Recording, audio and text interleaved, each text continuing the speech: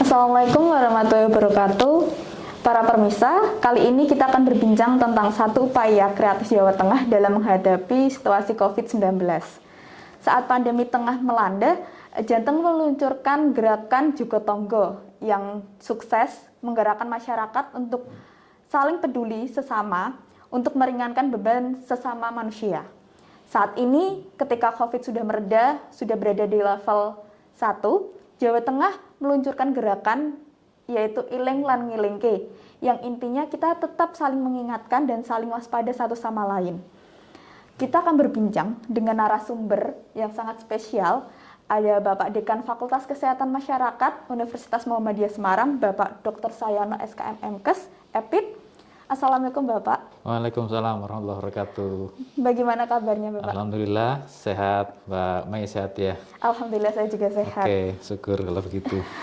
Ya. Oke, Bapak. Terkait dengan COVID yang sedang melanda kita selama 2 tahun ini, menurut Bapak pandangan tentang COVID yang sudah menurun level 1 di Jawa Tengah bagaimana?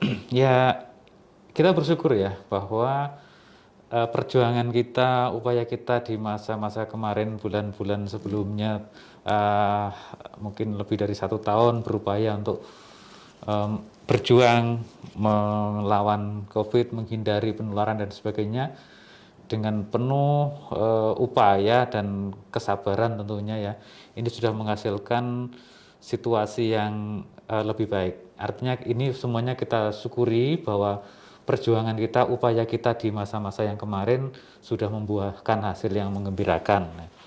Nah, dengan ini saya kira patut dicatat oleh kita semuanya bahwa kalau kita mau berupaya, kalau kita mau berusaha, kemudian konsisten untuk menjalankannya, upaya-upaya yang sudah digariskan oleh pemerintah, kemudian juga para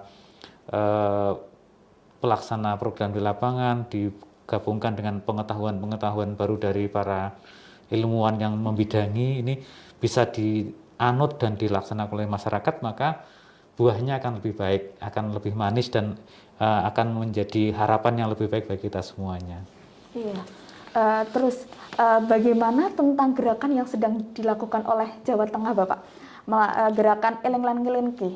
Niku bagaimana pendapat tentang itu? Ya, saya kira ini suatu gerakan yang bagus sekali ya. Jawa Tengah ini kreatifnya bukan kepalang. Jadi ketika sedang ramai dulu ada Jogotonggo, di mana masyarakat saling menguatkan satu sama lain, saling peduli sehingga beban penderitaan itu akan menjadi berkurang dan masyarakat kan lebih sama-sama lebih kuat untuk menghadapi COVID. Nah, sekarang setelah membaik itu ada timbul kreativitas baru yaitu Eleng dan Ngilengake. Saya kira ini sesuatu yang sangat tepat sekali bahwa kita semuanya sadar dan harus sadar bahwa COVID belum selesai dan pandemi masih ada, dan walaupun kondisinya sudah lebih baik, artinya sudah mereda, kalau dulu di level 4 kemudian sudah turun sampai ke level 1 khususnya di kota Semarang dan sekitarnya ya, kita tetap harus ingat bahwa ini belum selesai, pandemi belum selesai, dan untuk itu kita tetap harus ingat bahwa upaya-upaya pencegahan, upaya-upaya untuk mempertahankan diri, upaya-upaya untuk menguatkan diri harus tetap kita ingat dan kita lakukan. Nah, ingat dan melakukan atau kesadaran itu ya, itu tidak cukup untuk diri kita sendiri, tetapi juga perlu kita tularkan kepada orang lain supaya satu masyarakat utuh itu bisa sama-sama ingat dan melaksanakan upaya-upaya pencegahan. Ingat bahwa pandemi ini belum selesai, COVID ini belum betul-betul hilang, dan kemudian ingat akan upaya-upaya yang harus dilakukan, yaitu protokol kesehatan khususnya dan kemudian vaksinasi yang untuk memperkuat diri, dan mengingatkan pada orang lain bahwa ini semuanya menjadi penting. Jadi setelah Jogotonggo membawa hasil, disambung ke kondisi yang sudah baik, disambung dengan Eleng lan Ngilengke, ingat dan mengingatkan, jadi saling mengingatkan. Ya kalau di dalam kita orang Muslim kan ada tawasul bil haq dan watawasau bis sabr gitu ya. Jadi mengingatkan dalam suatu kebenaran, atau mungkin dalam hal ini adalah dalam suatu kebaikan bahwa ini pandemi belum selesai, kita harus tetap waspada, menaati protokol kesehatan, dan kemudian juga memperkuat diri dengan berbagai upaya, termasuk di dalamnya adalah vaksinasi, dan ini kita sebarluaskan kepada orang lain. Kita ingatkan kepada semua pihak bahwa ini perlu dilakukan supaya semuanya menjadi kuat, terhindar dari penularan, dan menjadi lebih baik. Baik. Terus untuk gerakan ini, apakah sudah sesuai dengan ilmu kesehatan masyarakat? Apalagi kan kita sedang berada di kesehatan masyarakat ini, Bapak. Ya, saya kira ini sangat-sangat sesuai ya, bahwa kita sebagai ahli kesehatan masyarakat itu tentu menjadi garda terdepan untuk melakukan ini. Selalu memberikan pemahaman-pemahaman baru, peningkatan upaya-upaya meningkatkan pengetahuan, mengedukasi masyarakat supaya lebih tahu, dan kalau sudah tahu untuk selalu ingat dan terus akan mengingat dan sampai pada melakukannya. Jadi ingat dan mengingatkan atau eling dan ngelingke itu sangat-sangat tepat bagi para ahli kesehatan masyarakat. Apalagi garda terdepannya di sini adalah untuk mengimplementasikan program ini, program eling lan ngelingke ini adalah misalnya promosi kesehatan ya, yang memiliki bidang garap untuk selalu mengingatkan dan memberikan pemahaman-pemahaman baru, mengedukasi kepada masyarakat. Oh, seperti itu. Untuk di sini, Bapak, untuk di kampus sendiri, apakah sudah diterapkan gerakan dari Kota Semarang sendiri, Iling Lang Ngelingke? Iya, saya kira apa yang diluncurkan pemerintah ini sudah senantiasa didorong untuk dilaksanakan di berbagai sisi ya, termasuk kita sendiri di Fakultas Kesehatan Masyarakat itu kan selalu berusaha untuk mengikuti perkembangan situasi, kemudian mengingatkan kepada semua warga kampus untuk mengikuti tiap-tiap perkembangan situasi itu.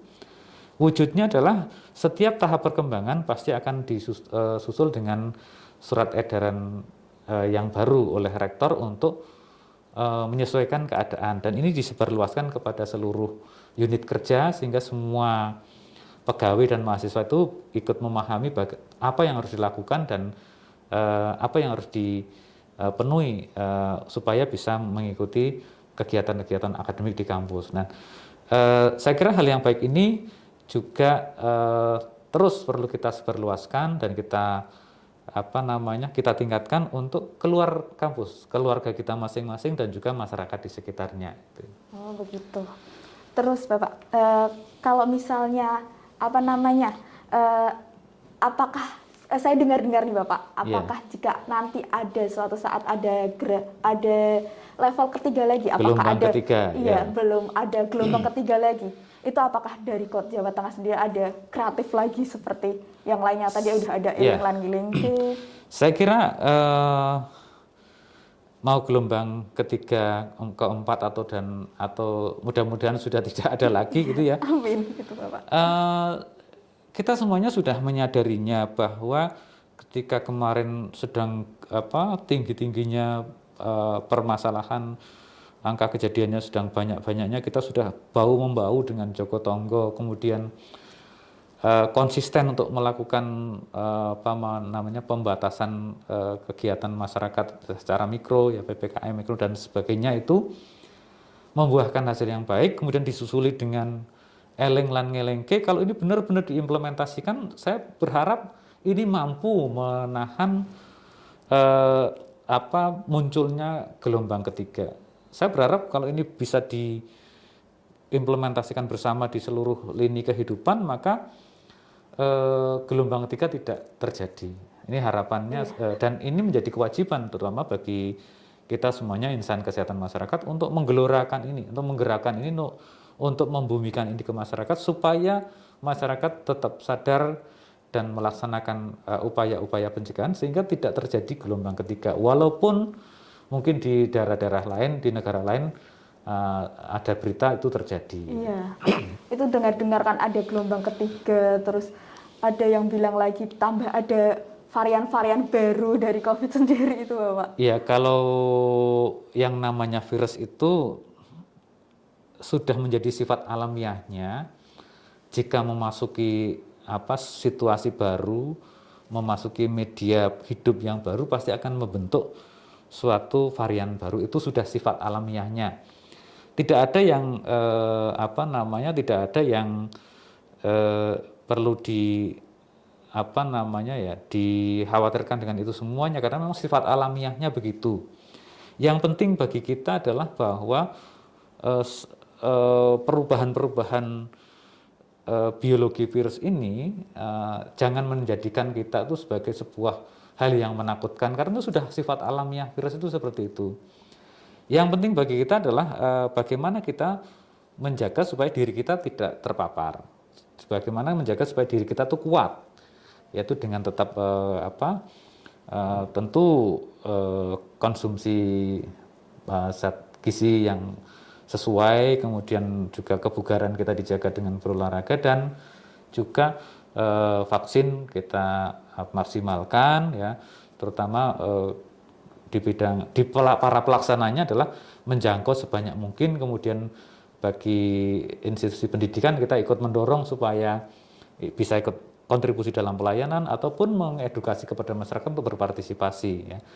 Kemudian lebih jauh lagi supaya semuanya taat terhadap protokol kesehatan, karena itu menjadi benteng utama supaya tidak terpapar. Kalau terpaksa ada kelolosan yang terpapar, kita sudah dikuatkan dengan tadi upaya-upaya untuk menguatkan biologis tubuh kita.